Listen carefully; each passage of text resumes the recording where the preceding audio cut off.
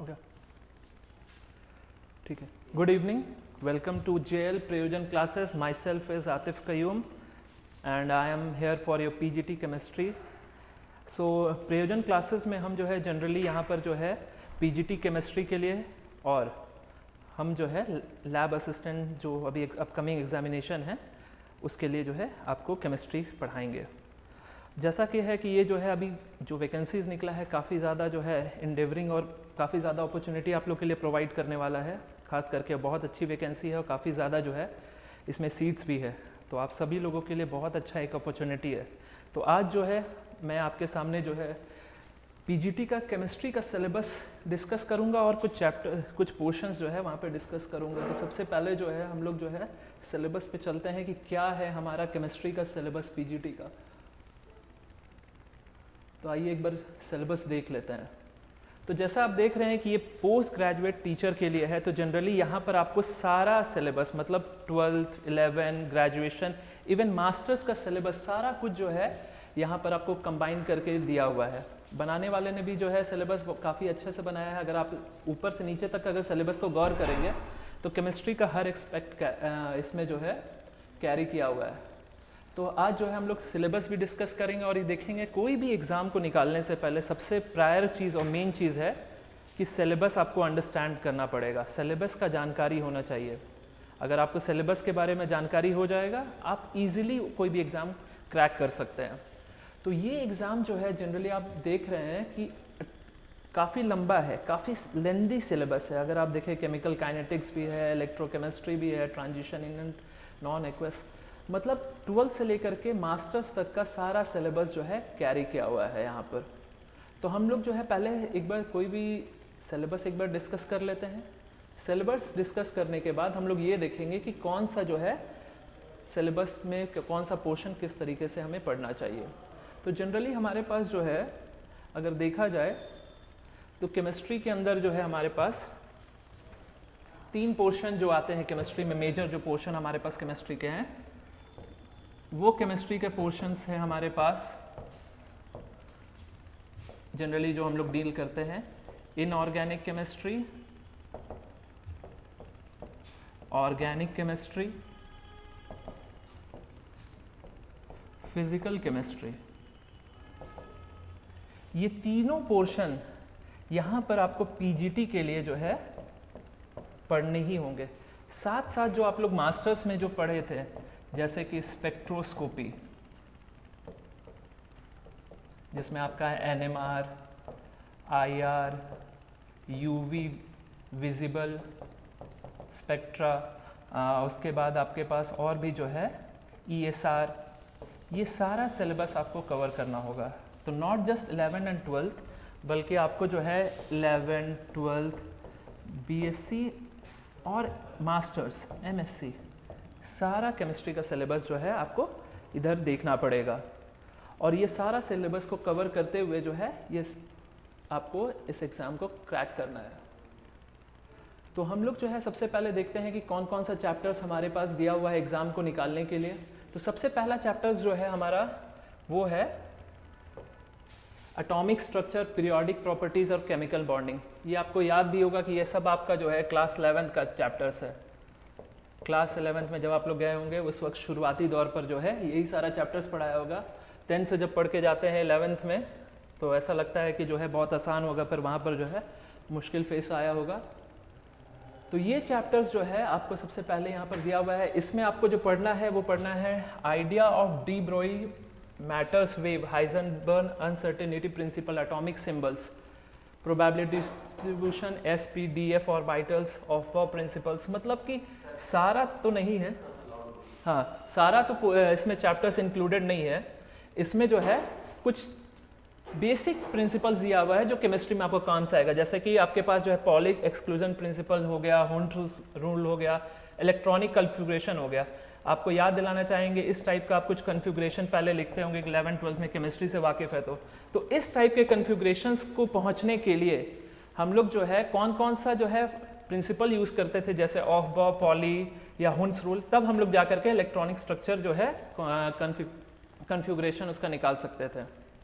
तो इसी हिसाब से ये जो पहला चैप्टर है आपको इसी पे डील करना है, जहाँ पर आपको जो है थोड़ा सा क्वांटम का भी यूज़ होगा। ये साई और साई स्क्वायर और क्वांटम्स नंबर और रेडियल वेव फंक्शन, ये थोड़ा सा 11th में था और मास्टर्स में भी आपको जो है थोड़ा बहुत देखने को मिलेगा, जहाँ पर क्वांटम वेव फंक्शन के बारे में जो है पूरा डिफाइन किया हुआ था। दूसरा हमारे पास जो पीरियोडिक प्रॉपर्टीज़ का जो चैप्टर है, यहाँ पर एटॉमिक रेडियाई और आयनिक रेडियाई, आयनाइजेशन एनर्जी, ये कि भाई रेडियस बढ़ने से जो है उसके साइज़ में, उसके कैरेक्टरिस्टिक्स में क्या चेंज होगा, या आयनाइजेशन एनर्जी अगर हम उसको इलेक्ट्रॉन बाहर निकाल रहे हैं तो उसके प्रॉपर्टीज़ में क्या चेंज होगा, उन सब के बारे में है। कोवलेंट बॉन्डिंग भी हमारे पास है, जो कि बहुत इंपॉर्टेंट चैप्टर था 11th-12th के लिए भी, और आगे जो है कंपटीशन के लिए भी कोवलेंट बॉन्डिंग बहुत इंपॉर्टेंट है, जहाँ पर आपका वैलेंस बॉन्ड थ्योरी है, वैस्पर थ्योरी है, मॉलिकुलर ऑर्बिटल थ्योरी है, होमोन्यूक्लियर, हेट्रोन्यूक्लियर, सारा समावेश, सारा कुछ इंक्लूड करके यहाँ पर आपको दिया हुआ है। इससे ये होता है कि आपको जो है हर चीज़ का जानकारी होगा, तभी जा करके ये एग्जामिनेशन आपको निकलेगा। आगे अगर हम सिलेबस में बढ़ते हैं जाए, तो पहला चैप्टर तो ये तो हमें समझ में आ गया कि ये 3 जो है बेसिक चैप्टर्स आपको करने हैं। उसके बाद आगे हमारे पास जो है गैसियस स्टेट्स है। गैसियस स्टेट्स में भी आपको जो है देखा जाए तो यहाँ पर postulates of kinetic theories, ideal behaviour, real gas, ideal gas, critical constant, मतलब कि सारा सिलेबस है। इन सारा सिलेबस को पढ़ने के लिए हम लोग जो है 11th से लेकर के ग्रेजुएशन तक हर जगह इन सबको पढ़े हैं। इस सारे इक्वेशन में एक सबसे फेवरेट इक्वेशन था PV = nRT।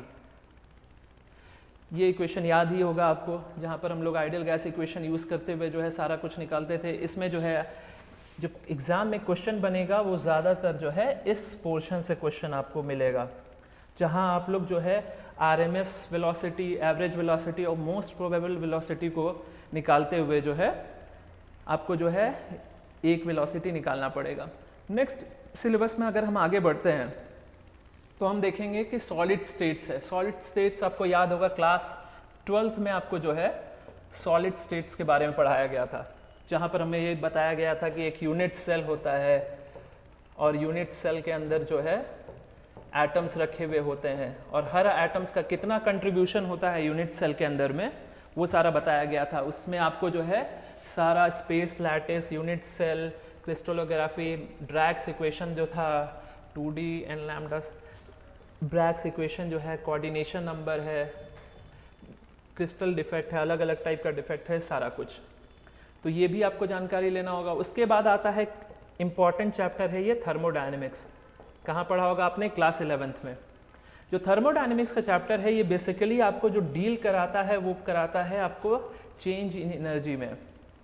तो इसमें जो है गिब्स फ्री इक्वेशन आपके पास हो गया, डेल्टा जी, डेल्टा स्पॉन्टेनिटी, सारा कुछ जो है आपको इस पर डील करना होगा। अगर इस तरीके से देखते हुए चले जाएंगे तो बहुत लेंदी सिलेबस है, इसलिए थोड़ा सा हम लोग फास्ट करते हैं। नेक्स्ट हमारे पास है केमिकल काइनेटिक्स।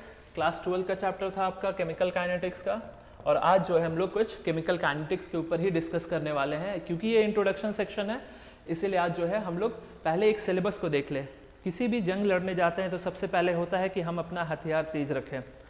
अब्राहम लिंकन का भी कोट है कि अगर हमें कोई एक पेड़ काटने का जो है टाइम दिया जाए अगर 3 घंटा, तो हम 2 घंटा जो है अपने एक्स को शार्प करने में लगाएंगे।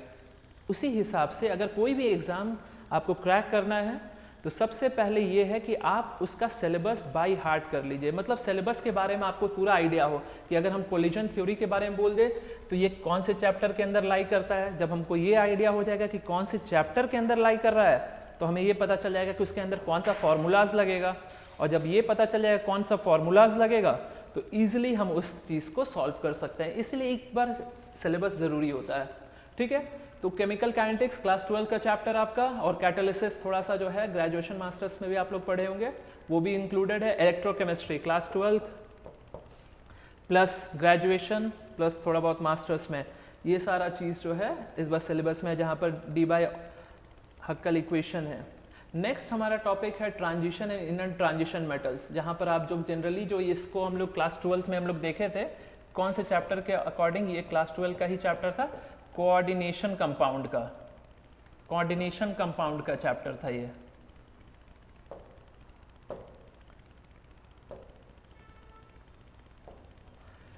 तो कोऑर्डिनेशन कंपाउंड में जैसे हम लोग पढ़े थे कि कोऑर्डिनेशन कंपाउंड जो हमारे पास डी ब्लॉक एलिमेंट सारा था, डी ब्लॉक मतलब कि कोऑर्डिनेशन कंपाउंड में आपके अंदर आ गया था valence bond theory, crystal field theory, कैसे डी ऑर्बिटल का स्प्लिटिंग होता है एक्सटर्नल मैग्नेटिक फील्ड में, या कौन कौन सा आइसोमेरिज्म शो करता है, क्या लिंकेज आइसोमेरिज्म शो करता है, या फिर आयनाइजेशन आइसोमेरिज्म शो करता है, वो सारा कुछ है फिर से वापस घूम करके आया हुआ है।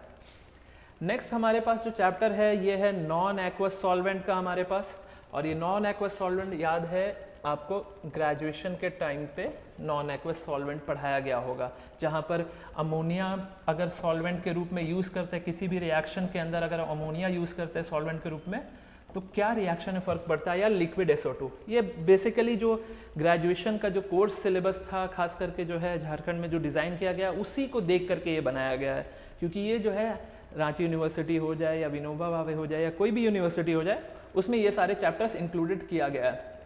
फोटोकेमिस्ट्री ये जनरली थोड़ा सा ग्रेजुएशन में है और मास्टर्स में है, जो कि थोड़ा सा 11-12 में नहीं पढ़ाया गया। ये जो है hard and soft acid graduation का कोर्स है, स्ट्रक्चर एंड बाइंडिंग। तो आप इस तरीके से अगर हम देखते चले जाएं तो ये सारा जो है आपका इनऑर्गेनिक और फिजिकल का कोर्सेस है। उसके बाद अब हम आते हैं थोड़ा सा ऑर्गेनिक के कोर्सेज पे। ऑर्गेनिक के कोर्सेज पे आपका अगर यहाँ पर देखा जाए तो जैसे यहाँ पर आपके पास आ गया हाइपर कंजुगेशन, रेजोनेंस, ये सारा जो है आपका aromaticity, inductive effect, field effect, hydrogen bonding, फिर सारा मैकेनिज्म ऑर्गेनिक का। थोड़ा सा स्टूडेंट्स को ऑर्गेनिक में परेशानी होती है कि ऑर्गेनिक में जो है सर कैसे करेंगे, रिएक्शन कैसे बनाएंगे, पर सबको आप लोगों को जब ये एग्ज़ाम पे आ रहे हैं तो सबको आइडिया होगा कि इसको जो है किस तरीके से हम लोग डील करेंगे। तो ऑर्गेनिक में आपको जितना भी बचपन से पढ़ाया गया है 11-12 से, मतलब बचपन मतलब 11-12 से पढ़ाया गया है, वो कार्बोकटायन, न्यूक्लियोफाइल, किस टाइप का रिएक्शन होगा, SN1 SN2, मतलब सारा ऑर्गेनिक इसमें देख लीजिए कवर है। सारा इंटरमीडिएट्स आपका कवर है, नाइट्रीन्स तक इंटरमीडिएट है। Different types of addition and elimination reaction होता है कि SN1 हो रहा है कि SN2 हो रहा है, किस टाइप का अगर हमारे पास रिएक्शन हो रहा है। फॉर एग्जाम्पल अगर हमारे पास अगर हम देखा जाए एग्ज़ाम में अगर क्वेश्चन पूछ दे कि सर अगर हम इस तरीके का अगर एक कार्बन है हमारे पास और इस तरीके का फॉर्मेशन है, तो जो न्यूक्लियोफाइल अटैक करेगा वो किस टाइप से अटैक करेगा, फ्रंट से अटैक करेगा या फिर बैक से अटैक करेगा, SN1 रिएक्शन होगा या SN2 रिएक्शन होगा, या कार्बोकटायन बनेगा कि कार्बोकटायन नहीं बनेगा। इस टाइप का जितना भी रिएक्शंस था ये सारा जो है आपको ऑर्गेनिक में यहाँ पर दिया गया है। तो घबराने का बात नहीं है, हम लोग सारा पोर्शंस हम लोग जो है कवर अप करेंगे।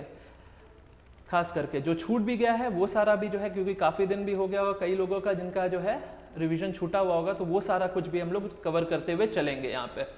फिर जो है स्टीरियोकेमिस्ट्री, हाँ ये इंपॉर्टेंट पोर्शन है स्टीरियोकेमिस्ट्री का। खास करके एग्जाम में स्टीरियोकेमिस्ट्री से काफ़ी ज़्यादा क्वेश्चन आ सकता है, जहाँ पर ऑप्टिकल आइसोमेरिज्म ये सब जो है कि सिस है, ट्रांस है, डेक्स्ट्रो है, लीवो है, कैरलिटी क्या होता है, इनैंशियोमर क्या होता है, सारा कुछ डिस्कस होगा।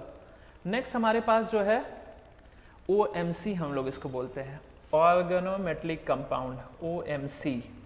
जो OMC का कंपाउंड है ये जनरली हम लोग जो है कहीं पर ग्रेजुएशंस में थोड़ा सा पोर्शन है, मास्टर्स में फिर भी इसमें ज़्यादा कुछ नहीं दिया हुआ है कि कैसे ऑर्गेनोमेटलिक कंपाउंड बनता है। ऑर्गेनोमेटलिक का मतलब है कि जहाँ पर ऑर्गेनिक कंपाउंड प्लस उसमें इनऑर्गेनिक कंपाउंड जैसे कि मेटल्स, मैग्नीशियम, लिथियम, जिंक, ये सारा मेटल्स का यूज़ करते हुए जो है इनऑर्गेनिक कंपाउंड जो बनता है उसका एप्लीकेशन पे भी क्वेश्चन आ सकता है। तो देखिए चैप्टर नंबर 14 हो गया। उसके बाद आपके पास कार्बोहाइड्रेट्स है, क्लास 12 में ही पढ़े थे, ग्रेजुएशन में भी है, पॉलीमर्स है, और उसके बाद फिर आपका अल्कीन्स है, 18 चैप्टर हो गया है। और फिर आपका है जो बेसिक नेम रिएक्शंस है, ये एकदम बेसिक बच्चा वाला नेम रिएक्शंस है, जहाँ पर पिनाकोलोन रिएजमेंट है, पिलाकोटोन नहीं होगा, पिनाकोलोन रिएजमेंट है, अल्डोल है, पर्किन है, कैनिजारो है, ये बेसिक नेम रिएक्शन है। और एग्जाम में एज इट इज आपको एक रिएक्शन दे दिया जाएगा। मान लीजिए कोई भी आपको पास रिएक्शन दे दिया गया, मान लीजिए A+B+C, और आपके पास 4 ऑप्शन दे देगा A, B, C, D कि क्या ये अल्डोल रिएक्शन है, क्या ये पर्किन रिएक्शन है, क्या ये क्लेमेंसन रिएक्शन है, क्या ये वुल्फ-किर्चनर रिएक्शन है, क्या रिएक्शन है, उस तरीके से आपको फाइंड आउट करना पड़ेगा। जनरली इस टाइप का क्वेश्चन आ सकता है। And last but not the least that is spectroscopy. तो स्पेक्ट्रोस्कोपी हम लोग जो है ग्रेजुएशन में भी थोड़ा बहुत पढ़ते थे और मास्टर्स में तो डिटेल में पढ़ना पड़ता होगा। सब लोग जो है ये जो है करके आए हैं मास्टर्स, तो सबको आइडिया होगा। यूवी विजिबल स्पेक्ट्रोस्कोपी है, मतलब कि जनरली जो स्पेक्ट्रोस्कोपी 400 नैनोमीटर से लेकर के 800 नैनोमीटर तक पढ़ते हैं, तो ये हमारा विजिबल रेंज का है। इससे पहले का जो हमारा है वो है हमारे पास यूवी रेंज का। तो इस रेंज में जो भी मॉलिक्यूल एब्जॉर्ब करेगा लाइट वगैरह वो हम लोग यूवी विजिबल में देखेंगे। आईआर स्पेक्ट्रोस्कोपी है, जहाँ इंफ्रारेड के मदद से जो है वाइब्रेशंस हो रहा है, क्या हो रहा है। एनएमआर है कि प्रोटॉन जो है मैग्नेटिक फील्ड में कितना एब्जॉर्ब करेगा, कैसे पता लगाएंगे कौन सा प्रोटॉन है। मास है और ईएसआर है। तो ये टोटली एक सिलेबस है जहाँ पर आपको 20 चैप्टर को डील करना है in order to get a job और get a seat in PGT. So it is not going to be very easy and it is not going to be very tough also, because not all the student will cover all the 20 chapters, but here we'll try to cover all the 20 chapters with each single explanation.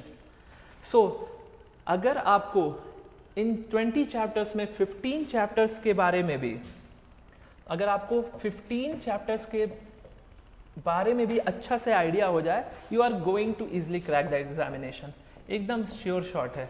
मगर उसमें ये भी चीज़ है कि आपको जो है to the point follow करना, और कुछ चैप्टर्स आपको ऐसे रखने हैं जो आपके फिंगर पॉइंट पे हो, जिससे आप जो है कभी भी क्वेश्चन पूछे तो वो बना पाए। तो now we have discuss the syllabus, और आज जो है हम लोग थोड़ा सा टॉपिक शुरू करते हैं कि किस तरीके से जो है हम लोग इस एग्ज़ाम को खास करके पीजीटी कैसे निकाल सकते हैं। So today we are going to discuss chemical kinetics.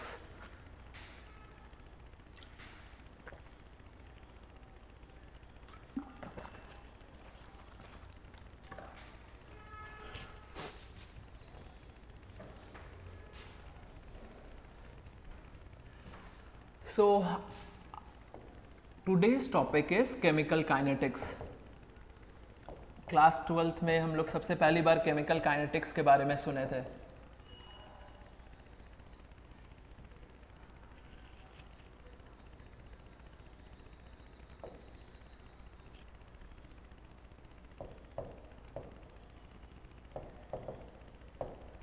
Chemical kinetics, तो क्लास 12th में हम लोग पहली बार केमिकल काइनेटिक्स के बारे में सुने थे।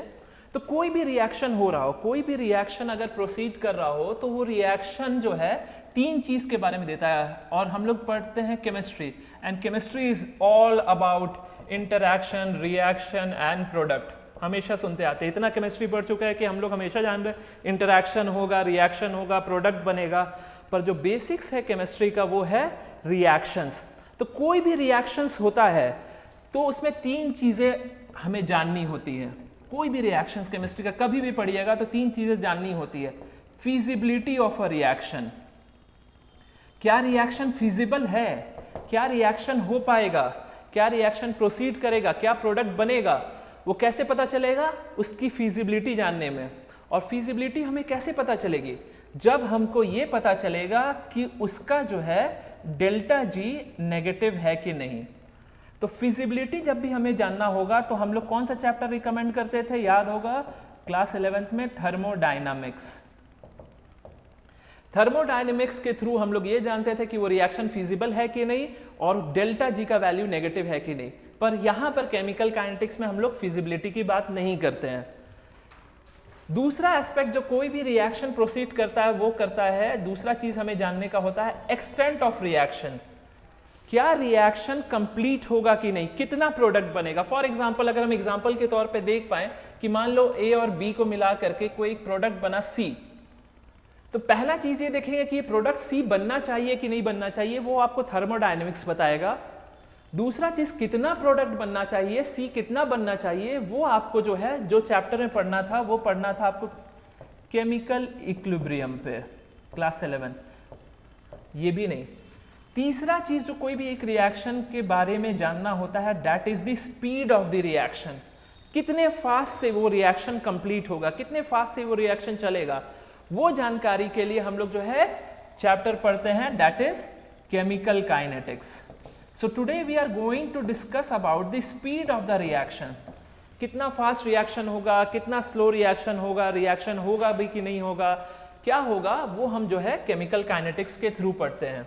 सो आज का हमारा टॉपिक है chemical kinetics. So basically chemical kinetics deals with the speed of a reaction, any type of reaction. If you are dealing with the speed, then it is comes under chemical kinetics.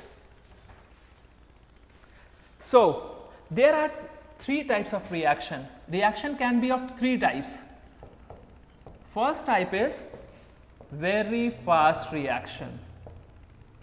ऐसा reaction जो चुटकी बजाते हैं, ऐसे चुटकी बजाते ही हो जाए, इस टाइप को रिएक्शंस को बोलते हैं very fast type of reaction.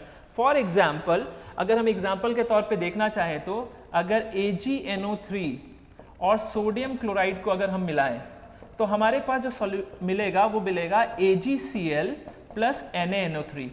आप लोग ये रिएक्शन लैब में भी किए होंगे कि AgCl3 का जो है हमारे पास प्रेसिपिटेट, AgCl3 नहीं होता है, Ag प्लस साइन में होगा, AgCl प्लस, फिर 3 लिख दिया मैंने, AgCl। क्यों AgCl होता है ये आपको आइडिया होगा। AgCl3 नहीं होता है क्योंकि सिल्वर का ऑक्सीडेशन स्टेट जो है आपके पास +1 है और इसके साथ एक ही क्लोरीन आकर के जुड़ता है, इसीलिए AgCl होता है, AgCl3 नहीं होता है, नहीं होता ये। ठीक है, तो कोई भी रिएक्शन कितना फास्ट हो रहा है, अगर बहुत ज्यादा फास्ट हो रहा है, इस टाइप का रिएक्शन होगा जहां पर AgCl का तुरंत प्रेसिपिटेट बन जाएगा। प्रेसिपिटेट बन जाएगा मतलब अगर कोई रिएक्शन में हम डालेंगे, ये AgNO3 डाल दिया हमने और NaCl भी डाल दिया और हम देख रहे हैं कि इसके अंदर तुरंत प्रेसिपिटेट अंदर बैठना शुरू हो जाएगा। ये प्रेसिपिटेट जो है आपका AgCl का होगा और ये विद इन बहुत फास्ट होता है, 10⁻⁻⁶ माइक्रो सेकेंड्स के अंदर में हो जाता है, मतलब तुरंत। इस टाइप के रिएक्शंस को हम ऑब्जर्व नहीं कर पाते, इस टाइप के रिएक्शन को हम स्टडी नहीं कर पाते, इसके लिए टेक्निक्स है पर यहाँ पर हम ऑब्जर्व नहीं कर पाते हैं, इसीलिए ये जो इस टाइप का रिएक्शंस है वो हम यहाँ पर नहीं पढ़ेंगे। Very fast type of reactions हम यहाँ नहीं पढ़ेंगे। दूसरा जो रिएक्शंस होता है वो होता है very slow type of reaction. Very slow type of reaction मतलब कि बहुत लंबा अरसा लगे इस रिएक्शन को होने के। For example rusting of iron. Iron में आप लोग जो है जंग लगा हुआ देखे होंगे, पर उसके लिए बहुत लंबा टाइम लगता है जंग लगने के लिए, पानी चाहिए, हवा चाहिए, तब जाकर के जो है आपके पास आयरन में जो है जंग लग करके इस तरीके का कंपाउंड बनाता है। ये रिएक्शन करने में भी बहुत लंबा टाइम लग जाता है, इसीलिए ये जो रिएक्शन है इसको हम लोग यहाँ स्टडी नहीं करते हैं। या यूँ कह सकते हैं कि जैसे कि आप जो है, अगला एग्जाम्पल हम एक ले सकते हैं, जैसे कि हमारे पास जो है डायमंड का फॉर्मेशन हो, तो हीरा बनने में जो है करोड़ों करोड़ों साल का टाइम लगता है। जब प्रेशर पड़ता है आपके पास अर्थ के ऊपर, तब जाकर के डायमंड का फॉर्मेशन होता है। तो ये रिएक्शन एक वेरी स्लो टाइप का रिएक्शन है। इस टाइप का रिएक्शन को हम लोग जो है यहाँ जनरली डील नहीं करते केमिकल काइनेटिक्स में। तीसरा रिएक्शन होता है जो इन दोनों का बीच का रिएक्शन होता है, जिसको कहते हैं moderate type of reaction. Moderate type of reaction ऐसा होता है जैसे कि inversion of sugar cane. Inversion of sugar cane, sugar cane मतलब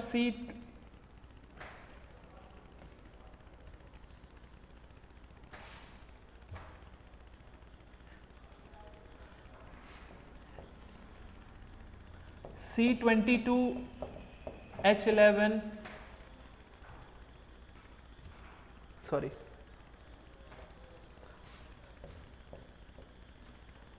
C12H22O11।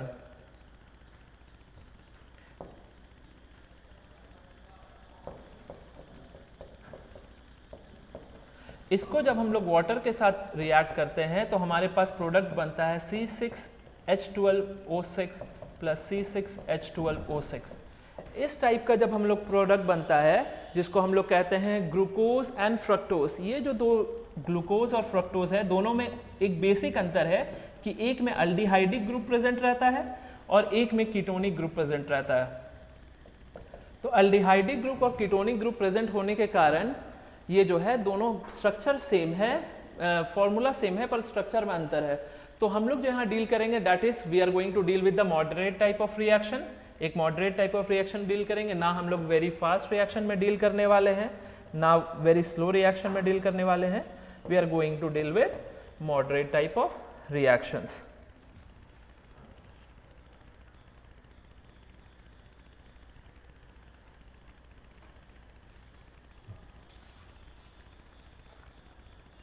सो मान लीजिए कि आपके पास कोई भी जो है एक रिएक्टेंट है, कोई भी एक इक्वेशन है,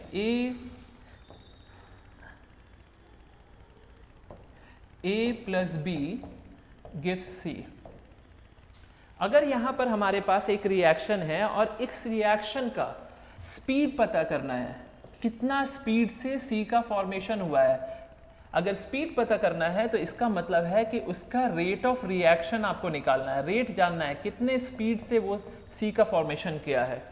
और अगर स्पीड निकालना है रेट ऑफ रिएक्शन का, तो हम लोग दो तरीके से स्पीड निकाल सकते हैं किसी भी रेट ऑफ रिएक्शन का. तो रेट ऑफ रिएक्शन का स्पीड निकालने के लिए दो तरीका है, decrease in concentration of reactant और increase in concentration of product. इसको हम लोग यूं समझ सकते हैं कि मान लीजिए कि आपके पास कोई एक जार है, एक वेसल है, बीकर है, उसमें आपने A मिलाया और B मिलाया और आपके पास दोनों अंदर मिल करके जो है एक प्रोडक्ट C बन गया. तो हमें ये जानना है A और B जब मिलाने के बाद कितना जल्दी जो है C का फॉर्मेशन आया है. उसको निकालने के लिए दो तरीका से हम निकाल सकते हैं. या तो हम ये बता दें कि कितना स्पीड से ये दोनों मिला है, जिसके वजह से ये दोनों का कंसंट्रेशन मतलब अमाउंट, कितना स्पीड से ये घट करके C बना है. या ये बता दें कि कितना तेजी से C बना है, कितना इंक्रीज हो गया है इसका कंसंट्रेशन C का. तो इसको निकालने के लिए हम लोग जो है जनरली इस तरीके से लिख सकते हैं. मान लीजिए कि हमारे पास एक रिएक्शन है, रिएक्टेंट कन्वर्ट्स टू प्रोडक्ट. ठीक है, मान लीजिए कि जो है इसको हम लोग निकाल सकते हैं रेट ऑफ रिएक्शन ROR, मतलब rate of reaction is change in the concentration. जो हमारा रेट ऑफ रिएक्शन निकालने का फॉर्मूला है, change in the concentration of reactant और product with change in time. Time के साथ कंसंट्रेशन रिएक्टेंट और प्रोडक्ट का चेंज होगा विथ टाइम. तो जैसे जैसे टाइम चेंज होगा कंसंट्रेशन भी चेंज हो जाएगा, और जब कंसंट्रेशन चेंज होगा तो आप जो है रेट ऑफ रिएक्शन निकाल सकते हैं. तो सपोज मान लेते हैं कि इनिशियली जब R से P बना है, तो इनिशियली R का कंसंट्रेशन, जो वेसल है यहाँ पर हमारे पास बीकर है, उसमें इनिशियली R1 कंसंट्रेशन होगा. कंसंट्रेशन क्या होता है कि किसी भी एक सॉल्यूशन का कुछ स्ट्रेंथ होता है, उस स्ट्रेंथ को हम जो है उसका कंसंट्रेशन कहते हैं. कंसंट्रेशन जनरली होता है number of moles per unit volume. कितना मोल्स है उस वॉल्यूम के अंदर, मतलब मोल्स को आप इस तरीके से समझ लीजिए कि छोटा छोटा जो है पार्टिकल्स है, और कितना वॉल्यूम लिया गया है वो उसका कंसंट्रेशन बताता है. तो इनिशियली जब शुरुआती दौर पर R1 कंसंट्रेशन आपके पास जो है रिएक्टेंट का था, ये इनिशियल था, मतलब शुरुआती दौर पर. आफ्टर कुछ टाइम जब ये रिएक्शन शुरू हो गया, प्रोडक्ट में कन्वर्ट हो रहा है, तो R2 हो जाएगा. R2 क्या है आपका फाइनल कंसंट्रेशन सपोज. इसी हिसाब से P1 जो है, जो प्रोडक्ट बनेगा, वो इनिशियल कंसंट्रेशन क्या होगा P1, और फाइनल कंसंट्रेशन क्या होगा प्रोडक्ट का P2.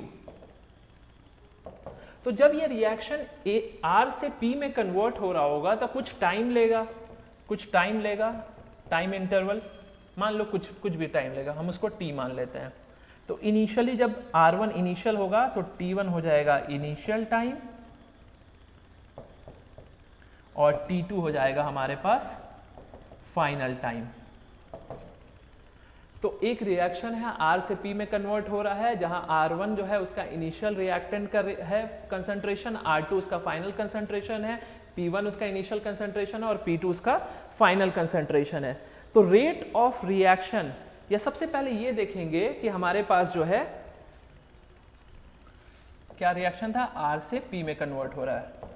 तो हमें निकाल है रेट ऑफ डिसअपियरेंस ऑफ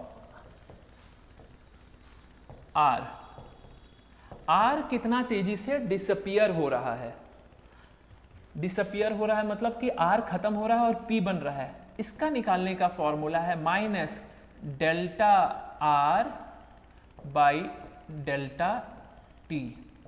अब यहां पर आप सोच रहे हैं कि डेल्टा आर और डेल्टा टी क्या है। Delta is generally a physics calculus में हम लोग यूज करते हैं, जो कि स्मॉल चेंज, अगर कोई भी चेंज बहुत छोटा चेंज हो रहा होता है तो उसको डिनोट करने के लिए हम लोग जो है डेल्टा साइन का इस्तेमाल करते हैं। तो यहाँ पर है कि हमें ये जानकारी है कि आर से पी कन्वर्ट हो रहा है और rate of disappearance of R कितना तेजी से पी में कन्वर्ट हो रहा है उसको डिसअपियरेंस बोल रहे हैं। उसको निकालने का फॉर्मूला है डेल्टा आर बाई टी, जो कि अभी मैंने जस्ट बताया था। ये क्या था? चेंज इन कंसंट्रेशन और कितना टाइम ले रहा है, वही सेम चीज है, यही सेम चीज है। मगर डेल्टा हमने इसलिए लगाया, डेल्टा जनरली हम लोग जब भी लगाएंगे तो it stands for small change, और ये हमेशा निकालने के लिए हमेशा आपको फाइनल माइनस इनिशियल करना होता है। ये डेल्टा निकालने का फॉर्मूला है। जब भी कोई चीज का अगर डेल्टा निकालता है इसका मतलब है कि फाइनल माइनस इनिशियल करना है। तो हमारे पास प्रोडक्ट है, रिएक्टेंट है, हमको ये पता लगाना है रिएक्टेंट कितना तेजी से जो है डिसअपियर कर रहा है, तो उसका ये फॉर्मूला है। इस फॉर्मूले को हम इस तरीके से भी लिख सकते हैं, minus R2 minus R1 by T2 minus T1। इसका मतलब ये है कि जब आप बैक में जाइएगा, यहां देखिए जब आपको बता रहे थे कि R1 इनिशियल कंसंट्रेशन है, R2 फाइनल कंसंट्रेशन है, T1 इनिशियल टाइम है, T2 फाइनल टाइम है। मतलब कि इनिशियली जब रिएक्टेंट डाले तो T1 टाइम होगा और फिर फाइनल जब कंसंट्रेशन आया तो T2 टाइम है। तो ये आपका ये फॉर्मूला आपका जो है rate of disappearance of reactant है, कि रिएक्टेंट कितना तेजी से डिसअपियर कर रहा है, खत्म हो रहा है, वो आपको इस फॉर्मूला से दे सकते हैं, या फिर minus delta R by delta T से आप निकाल सकते हैं। Minus delta R by delta T से आप निकाल सकते हैं। एक इंपॉर्टेंट एस्पेक्ट ये है कि माइनस साइन क्या है, ये क्या किसी भी चीज का रेट नेगेटिव हो सकता है? कोई भी रिएक्शन का रेट नेगेटिव नहीं हो सकता है, रेट हमेशा पॉजिटिव में होता है। ये नेगेटिव साइन यही डिनोट कर रहा है कि रिएक्टेंट कम हो रहा है। कोई भी चीज कम हो रहा होता है तो उसको जो है हम लोग नेगेटिव साइन में डिनोट करते हैं। ठीक है, इसी हिसाब से अब हम आगे चलिए, यही सेम रिएक्शंस के अंदर जो है हम लोग बात करते हैं कि अभी आपको हम बताए थे rate of disappearance of R. अगर हमसे कोई पूछ दे कि रेट ऑफ अपीयरेंस मतलब कितना तेजी से P बन रहा है, तो इसके लिए भी हम लोग सेम फॉर्मूला लगाएंगे। क्या बोले थे? Change in concentration by time taken. Change in concentration कैसे होगा? Delta P bye delta T। P मतलब चेंज इन कंसंट्रेशन, प्रोडक्ट का कंसंट्रेशन में, क्योंकि ये प्रोडक्ट साइड है इसलिए P बाय टाइम टेकिंग। मगर यहाँ पर हम प्लस लगा रहे हैं। प्लस लगाने का एक स्पेशल रीजन है, कि प्लस का मतलब है कि प्रोडक्ट बन रहा है, उस चीज का कंसंट्रेशन बढ़ रहा है, इसीलिए हम लोग जो है प्लस लगा करके ये लगाए। तो this is the general formula कि अगर किसी भी रिएक्शन का रेट ऑफ अपीयरेंस या डिसअपियरेंस बताने के लिए है तो इस तरीके से हम जो है उसको बता सकते हैं। नेक्स्ट हम लोग जो है कोई भी चीज का रिएक्शन का रेट ऑफ रिएक्शन कैसे निकालेंगे। कोई भी रिएक्शन है, फॉर एग्जांपल हमारे पास एक एग्जांपल है NO2 plus CO gives CO2 plus NO, CO2 plus NO।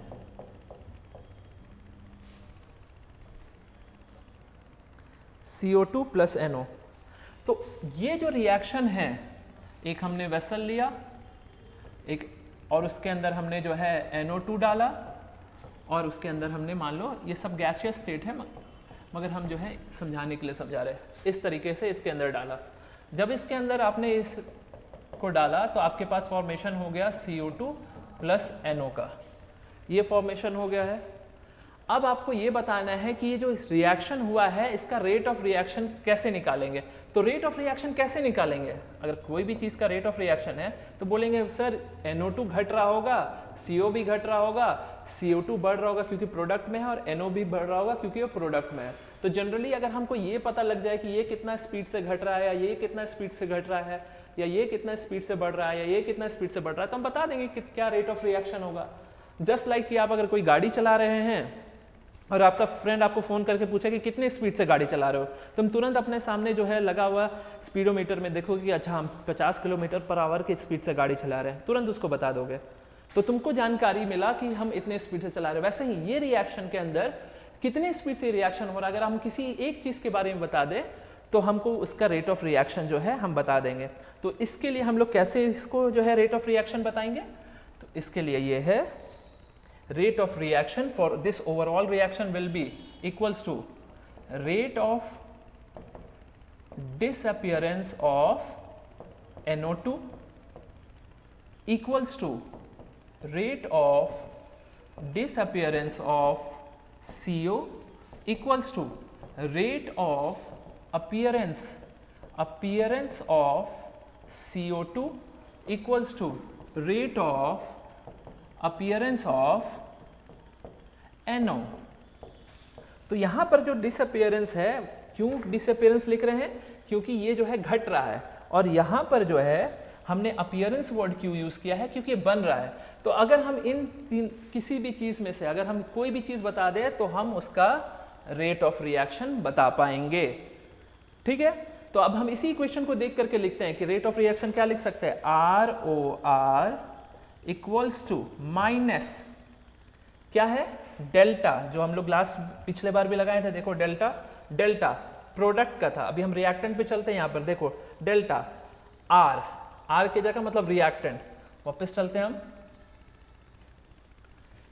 Are की जगह NO2 है, डेल्टा NO2 और divided by change in concentration पर चेंज इन टाइम, ये इसके बदले ये लिख दिए।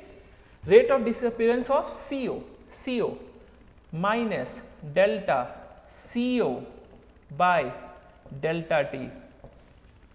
Rate of appearance of CO2 का अपीयरेंस, इस बार माइनस नहीं लगाएंगे हम लोग, इस बार हम लोग माइनस नहीं लगाएंगे क्योंकि प्रोडक्ट बन रहा है, इसलिए प्लस डेल्टा किस चीज का, CO2।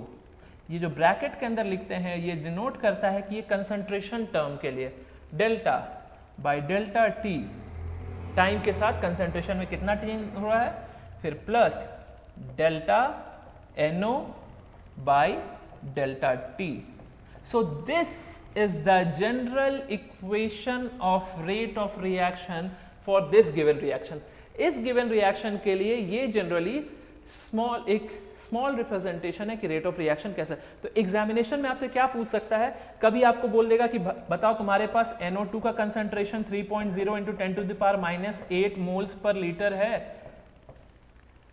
तो रेट ऑफ रिएक्शन क्या होगा, इस टाइप से क्वेश्चन पूछ सकता है। एक दे करके दूसरा पूछेगा या दूसरा दे करके पहला पूछेगा, मगर आपको हमेशा याद रखना है कि ये सब एक दूसरे के बराबर है, ये सब एक दूसरे के बराबर है, तो आप जो है इसके अकॉर्डिंग जो है रेट निकाल सकते हैं। Now there is a special term,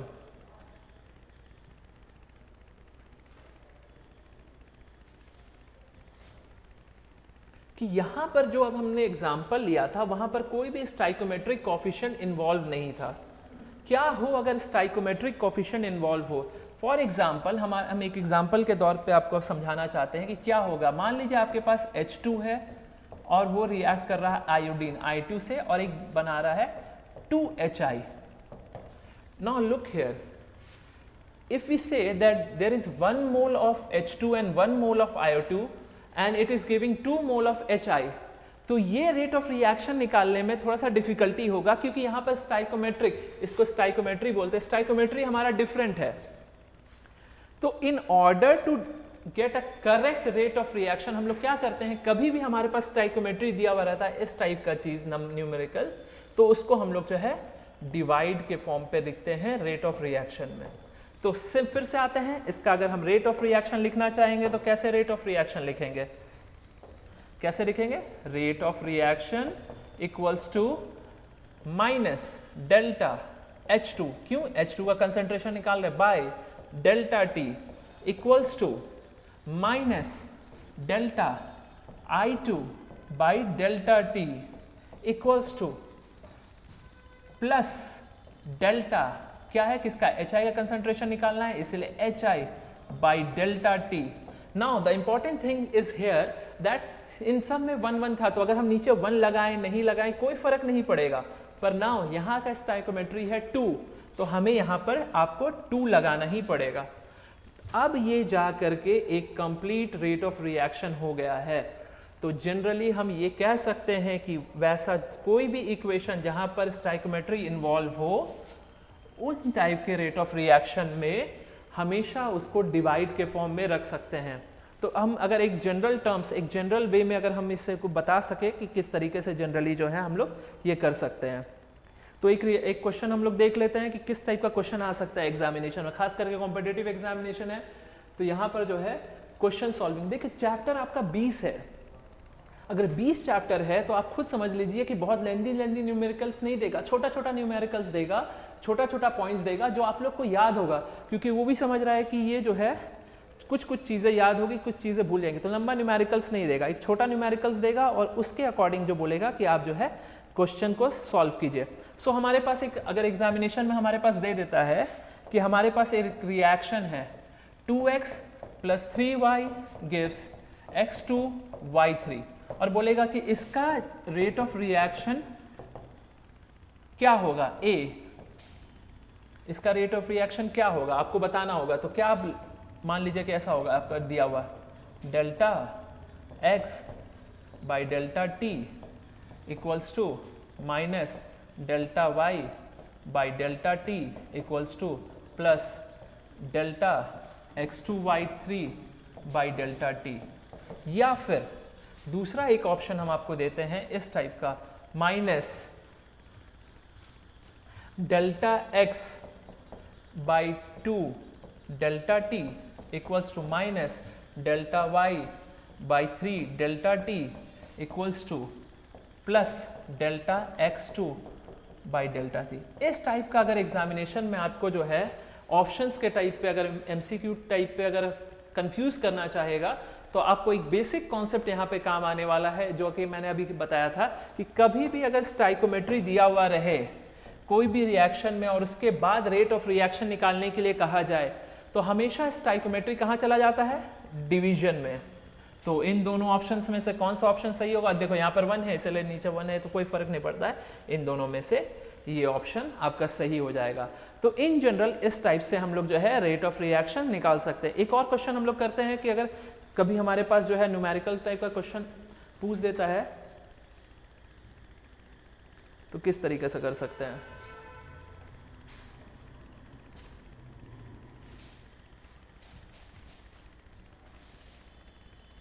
numerical से मान लीजिए कि आपके पास कोई रिएक्शन है Cl2 plus I2 Cl2 2I minus gives 2Cl minus I2 2Cl minus I2, ये हमारे पास एक क्वेश्चन गिवन है और हमें ये दिया है कि I माइनस का इनिशियल कंसंट्रेशन है 0.50 मोल्स पर लीटर। बोल रहा है इनिशियली जो I माइनस का कंसंट्रेशन है 0.50 लीटर है और फाइनल जो कंसंट्रेशन I माइनस का है, फाइनल I माइनस का कंसंट्रेशन कितना है 0.36 मोल्स पर लीटर। और बोल रहा है कि ये जो इतना से इतना कंसंट्रेशन कम हुआ है उसका टाइम है 10 मिनट। तो आपको बताना है कि रेट ऑफ रिएक्शन क्या होगा। तो क्या बना सकते हैं कि रेट ऑफ रिएक्शन क्या होगा इस इक्वेशन का।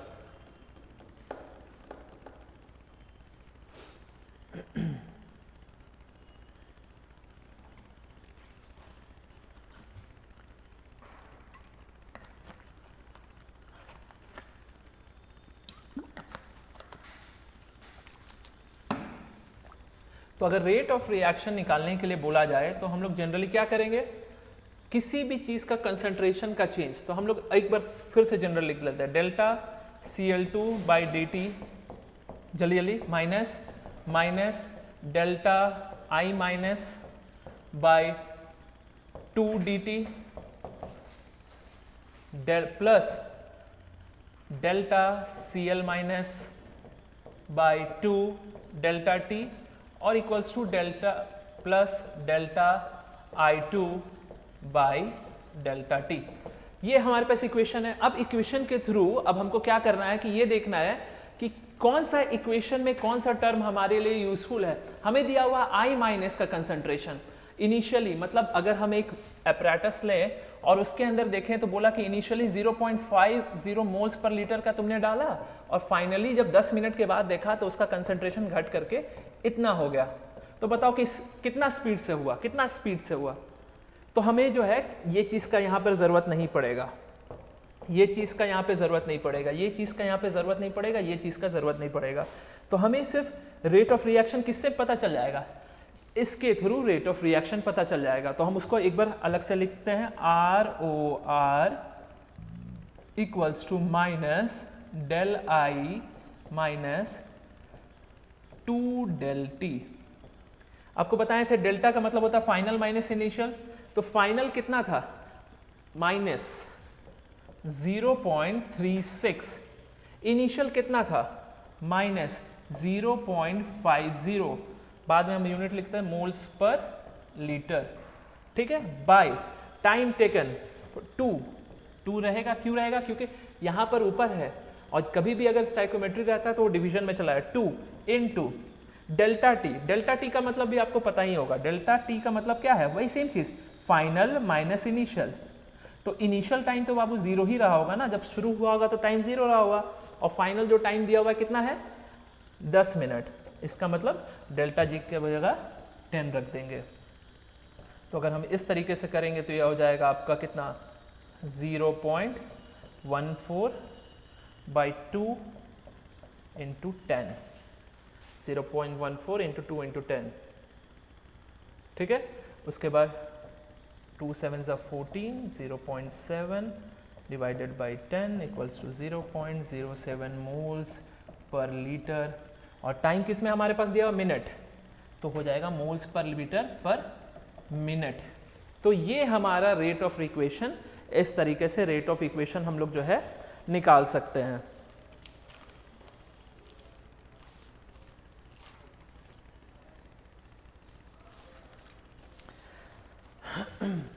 I hope it is clear कि आप लोगों को आइडिया लग रहा है कि किस तरीके से रेट ऑफ रिएक्शन हम लोग जो है निकाल सकते हैं। कोई भी एक टर्म आप उठा लीजिए, उस टर्म को यूज़ करते हुए जो है हम लोग जो है रेट ऑफ रिएक्शन आपका जो है निकाल सकते हैं। सो कोई भी एक रिएक्शन हो रहा था, एग्जाम में बहुत बार ग्राफिकल रिप्रेजेंटेशन आपको देता है कि मान लीजिए कि कोई भी आपके पास रिएक्शन हो रहा है, तो एक तरफ आपके पास टाइम कोऑर्डिनेट है और एक तरफ आपके पास कंसंट्रेशन कोऑर्डिनेट है। तो कोई भी रिएक्शन टाइम के साथ रिएक्टेंट का कंटेंट घटता है और प्रोडक्ट का कंसंट्रेशन जो है बढ़ता है। अगर आपका कोई भी रिएक्शन है तो ये आपका रिएक्टेंट होगा। इस तरीके का ग्राफ आपको आइडेंटिफाई करने आ जाता है कि बताइए एक रिएक्शन है, ये इस तरीके से ये सही ग्राफ है, इस तरीके से सही ग्राफ है, या इस तरीके से सही ग्राफ है। कौन सा एक सही ग्राफ है? कोई भी रिएक्शन को A प्लस बी गिव्स इस तरीके का C टाइप का रिएक्शन है। कि रेट ऑफ रिएक्शन कौन एक्यूरेटली बता सकता है? तो रेट ऑफ रिएक्शन ये ग्राफ एक्यूरेटली बता सकता है, क्योंकि with respect to time concentration of reactant, मतलब A B का कंसंट्रेशन घट रहा है और C का कंसंट्रेशन बढ़ रहा है। कैसे? मान लो अगर यहाँ पर होगा मान लो 5, ये हो गया 10, ये हो गया 15, मान लो ये 20। तो देखो 20 से घटते घटते घटते टाइम के साथ ये कम होते चला गया और ये टाइम के साथ जो है इंक्रीज करते चला गया। ये प्रोडक्ट हो गया आपका और ये रिएक्टेंट हो गया। तो दिस सिंपल ग्राफ डिनोट्स कि विद रिस्पेक्ट टू टाइम के साथ कंसंट्रेशन घट रहा है या फिर कंसंट्रेशन आपका बढ़ रहा है।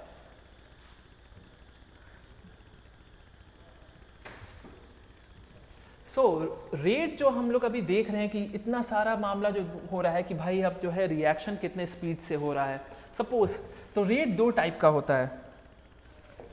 रेट जो है जनरली 2 टाइप का होता है। एक होता है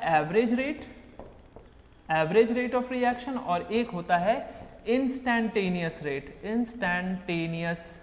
रेट। फॉर एग्जाम्पल मान लो कि कोई एक इंसान है, छोटू है, और छोटू ये कार पे जा रहा है। छोटू ये कार पे बैठ के जा रहा है और छोटू गाड़ी चला रहा है, और हम यहाँ पर खड़े हैं और हम छोटू को फ़ोन किए कि बताओ छोटू कहाँ पे हो, तो बोलेगा कि अभी हम सुजाता चौक पे हैं। ठीक है भाई, छोटू बोल दिया कि वो सुजाता चौक पे है। तो हम छोटू से पूछा, छोटू बताओ कितना स्पीड से तुम गाड़ी चला रहे हो, अपना कार कितना से? तो वो मेरे को बताया कि भैया हम जो है 40 किलोमीटर पर आवर के स्पीड से गाड़ी चला रहे हैं, कोई पुलिस वुलिस नहीं पकड़ा है। बहुत पुलिस पकड़ लेता है इधर, तो डर भी लगता है कोई बाइक वाइक लेकर के निकलने में। तो छोटू से हम पूछे कि कितना स्पीड से चला रहे हो, बोला कि जो है 40 के स्पीड से चला रहे हैं। फिर हम दोबारा एक बार छोटू को फ़ोन किए, जब छोटू कहाँ पे हो अभी, तो बोल दिया भैया हम डोरंडा पहुँच गए हैं। छोटू बोला इस बार हम डोरंडा पहुँच गए। अब पूछे कितना स्पीड से चला रहे हो, बोला 50 किलोमीटर पर आवर के स्पीड से चला रहे हैं। तो देखो छोटू से जब सुजाता पे पूछे तो वो बोला 40 के स्पीड से चला रहे हैं, जब डोरंडा पहुंचा तो बोला 50 के स्पीड से चला रहे हैं। तो यही दो रेट को आपको डिफाइन कर रहा है। एक होता है एवरेज रेट, कि पूरी जर्नी से सुजाता से लेकर के डोरंडा तक जाने टाइम छोटू का जो एवरेज रेट है, एक फिक्स रेट है, वो कितना रेट पे होगा, कितना स्पीड से चला रहा होगा। और एक है इंस्टेंटेनियस रेट, कि जैसे हम छोटू को सुजाता है पूछे कितना स्पीड से चला रहा है, वो बोला 40। तो ऐसा रेट जो एक पर्टिकुलर टाइम, एक फिक्स टाइम पर पूछा जाए या पता लगाया जाए, एक फिक्स टाइम पर, ऐसे रेट को बोलते हैं हम लोग इंस्टेंटेनियस रेट। मतलब उस इंस्टेंट पे, उस टाइम पर एग्जैक्टली कितना भी उसका रेट है, वो इंस्टेंटेनियस रेट है। और दूसरा रेट होता है एवरेज रेट, कि आप घर से निकल करके स्कूल तक गए, तो घर से निकल करके जब स्कूल तक गए तो बीच में कभी स्लो हुए होंगे, कभी फास्ट चले होंगे, कभी स्लो हुए होंगे, कभी फास्ट चले होंगे। तो यहाँ से लेकर के यहाँ तक कितना आपका स्पीड रहा है, एवरेज निकालते हैं, वही है। सिमिलरली केमिकल रिएक्शंस में भी है, कोई पर्टिकुलर टाइम में रिएक्शन का रेट पूछेंगे तो वो हो जाएगा इंस्टेंटेनियस रेट, और अगर लॉन्ग ड्यूरेशन पे अगर हम पूछेंगे तो वो हो जाएगा एवरेज रेट। और एवरेज रेट निकालने का सिम फॉर्मूला है जो हम लोग पहले पढ़ चुके हैं, change in concentration by time. कितना कंसंट्रेशन का चेंज हुआ और कितना टाइम का चेंज हुआ, ये दोनों के चेंज के अकॉर्डिंगली जो है हम ये बता सकते हैं कि कितना उसमें जो है एवरेज रेट क्या होगा। तो चलिए हम एक क्वेश्चन देखते हैं, एक क्वेश्चन देख लेते हैं। तो अभी तक हम अगर हम रिकैप करें कि क्या क्या पढ़े हैं, बहुत ज़्यादा चीज़ नहीं पढ़े, हमने सिर्फ यही चीज़ पढ़ा है कि रेट ऑफ रिएक्शन क्या होता है। हमने यही पढ़ा, रेट ऑफ रिएक्शन क्या होता है, कितने स्पीड से रिएक्शन हो रहा है, वो पता लगाने के लिए हम लोग यह से देख सकते हैं disappearance of reactant, disappearance of reactant, या फिर appearance of product, appearance of product किसी भी एक रिएक्शन में। या दूसरा चीज हम ये देख सकते हैं, इसी को हम बोल सकते हैं change in concentration per unit time, time के साथ कितना कंसंट्रेशन चेंज हो रहा है।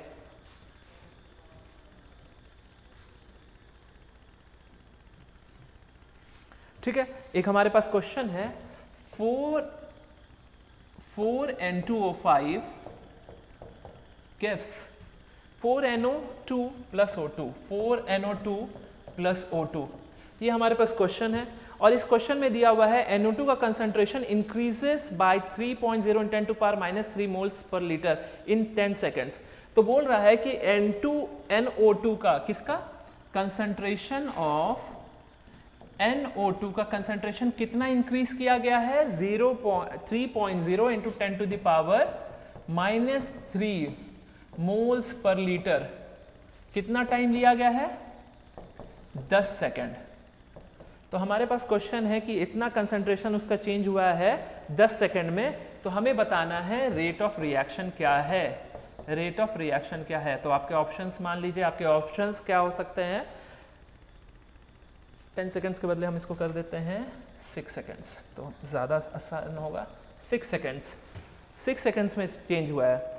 तो हमारे पास ऑप्शंस क्या है, 0.125 × 10⁻³ moles per litre per second, या फिर 0.125 × 10⁻³ मोल्स पर लीटर पर मिनट, या फिर तीसरा हमारे पास ऑप्शन है 0.344 moles per litre per second, या फिर चौथा ऑप्शन है 0.344 moles per litre per second. तो हमारे पास चार ऑप्शन है। एक सिंपल सा क्वेश्चन है कि हमें क्या निकालना है, रेट ऑफ रिएक्शन निकालना है। और रेट ऑफ रिएक्शन निकालने के लिए बहुत ही सिंपल टेक्निक फॉर्मूला है। तो हम बस जस्ट देख करके ही बता सकते हैं कि यहाँ पर हम दो ऑप्शन एलिमिनेट कर सकते हैं, बस सिर्फ देख करके ही। क्योंकि रेट ऑफ रिएक्शन निकालने के लिए हमेशा हमको देखना पड़ता है कि यूनिट्स क्या है। अगर हम यहाँ यूनिट्स देखें कि जो कंसंट्रेशन का यूनिट है वो मोल्स पर लीटर में दिया हुआ है और टाइम का यूनिट सेकंड में दिया हुआ है, और हम ऑप्शन में सेम यूनिट्स तलाश करें अगर, तो हम देखेंगे कि यहाँ पर ऑप्शन में हमारे पास ये मिनट्स में है, ये ऑप्शन हमारे पास जो है ये ऑप्शन एलिमिनेट हो गया। जब एक ऑप्शन एलिमिनेट हो गया, अब हमारे पास जो है सही ऑप्शन बस 3 बचा है। अब इन 3 में से हमको ये चेक करना है कि सही ऑप्शन क्या है। तो एक इस तरीके से आपको एलिमिनेशन मेथड भी यूज़ करना होगा बहुत बार एग्जामिनेशन में, क्योंकि लेंदी सिलेबस है तो उसमें क्या करेगा कि आपको जो है अलग अलग टाइप का क्वेश्चंस देगा और एलिमिनेशन देगा कि आप एलिमिनेट करके जो है कुछ ऑप्शंस को हटा दिए ताकि आपका टाइम जो है बच जाए।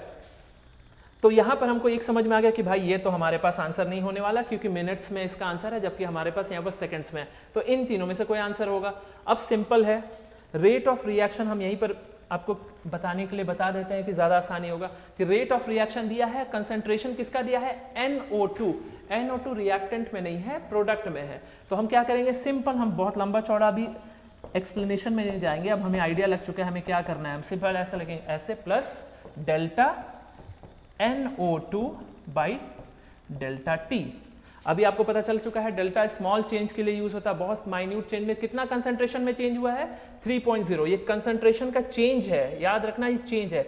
एग्जाम में क्या होता है कि जब चेंज का मतलब है कि वो डेल्टा के साथ का वैल्यू दे दिया है, और अगर चेंज नहीं होगा तो वो बोलेगा कि इनिशियल कंसंट्रेशन इतना है, फाइनल कंसंट्रेशन इतना है, तब आपको वहां पर माइनस करके निकालना होगा, फाइनल माइनस इनिशियल। मगर पहले ही बोल दिया कि कंसंट्रेशन का चेंज, इसका मतलब है वो चेंज डेल्टा का वैल्यू दे दिया है, और डेल्टा का वैल्यू दे दिया इसलिए 3.0 × 10⁻³ मोल्स पर लीटर। यूनिट हमेशा देखना है। 90% ऑफ द केसेस में यूनिट्स आपको अगर आइडिया लगेगा तो यूनिट से ही आप जो है आंसर निकाल लेंगे। और उसके बाद जो है कितना टाइम है हमारे पास, 6 सेकेंड, 6 सेकेंड्स हम कर दिए, ठीक है। तो ये हमारे पास हो गया 1/2 × 10⁻³ तो ये हमारे पास हो जाएगा, ओ सॉरी 1/4। यहाँ पर हमने एक टर्म मिस कर गया है, 1/4। स्टाइकोमेट्री में हमारे पास ये 4 है, जब भी ये जो है स्टाइकोमेट्री में है तो वो डिवीजन में चला जाएगा। तो यहाँ पर हम जो है एक ये कर लेते हैं 1/4 × 6, ठीक है। 3 1 = 3, 3 2 = 6, तो ये हो जाएगा 1/8 × 10⁻³ which is equals to 0.125 moles per litre per second, जो कि आपका सही ऑप्शन है, ऑप्शन ए। तो इस तरीके से जो है हम लोग जो है क्वेश्चंस को सॉल्व कर सकते हैं और हम लोग जो है प्रोडक्ट तक पहुंच सकते हैं, ठीक है। Thank you for today.